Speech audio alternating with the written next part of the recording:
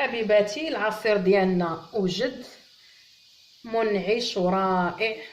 شوفوا اللون كيفاش داير بالليمون والمونغ. كنتمنى يعجبكم، ساهل في التحضير. شوفوا القوام ديالو ما ثقيلش وما خفيفش في نفس الوقت. كيف ما قلت لكم، اللي بغاه ثقيل ما عليه الا يضاعف الكميه ديال المونغ.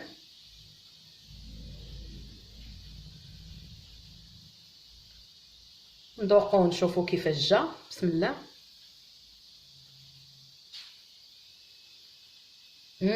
رائع رائع رائع. كيبرد العطشان كيف ما نقولوا.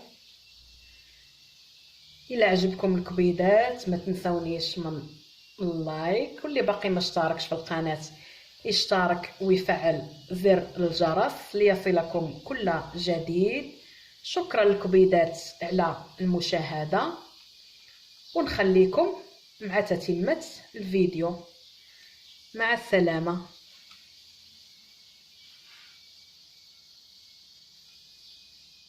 صباح النور الكبيدات، صباحي الورد. اش اخباركم؟ كي صبحتوا؟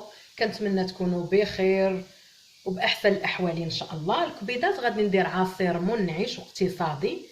عندنا حبه ديال المونغ غادي ناخذ نص ديالها، وعندنا 4 الحبات ديال الليمون، وعندنا لتر ديال الماء. غادي نقي الليمون وغادي نقطعو شرائح. خليكم معايا.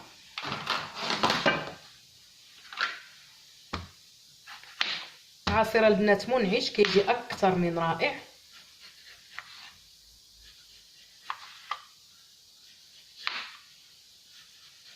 كيوجد بسرعه.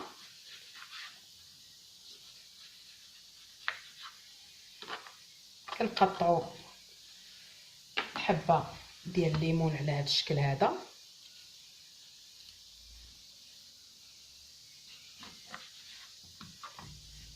الا فيه العظم كنحيدوه ليه على هذا الشكل. صافي كنقطعوا شرائح صغيره.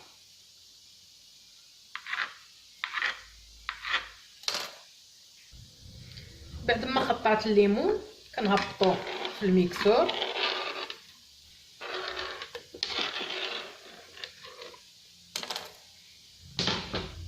كنخوي عليه الماء.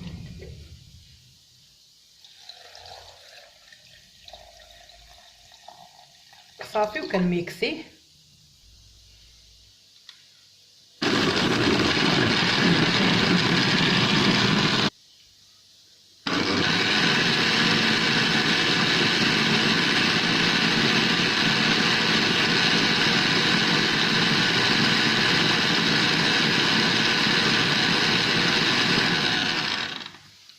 صافي هنايا غادي نصفيه.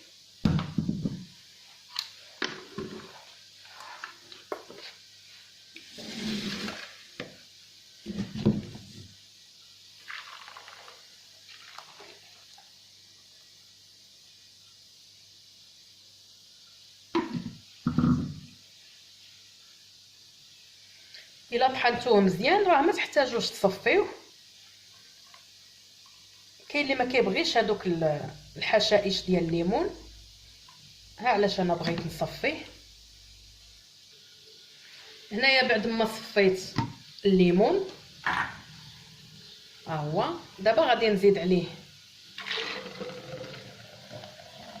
المونغ وغادي نطحن كلشي.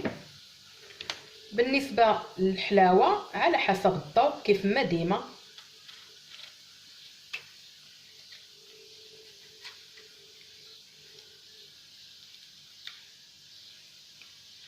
غندير غير النص ديالها. اللي بغاه ثقيل يزيد في المونغ ماشي مشكل. انا بغيتو بين وبين.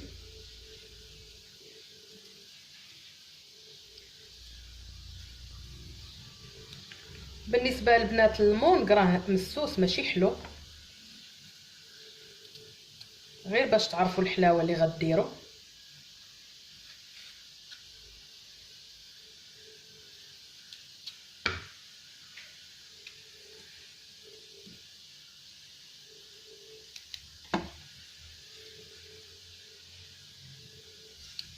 صافي كنقطعو على هذا الشكل هذا.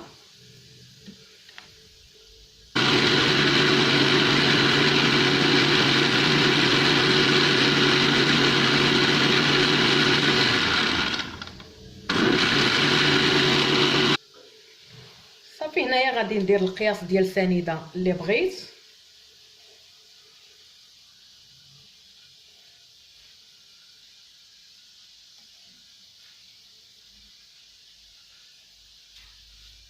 صافي غنكتفي ب5 ديال المعالق صغار عامرين. كيف ما قلت لكم السنيده على حسب الذوق. شوفوا العصير ديالنا كيفاش جا.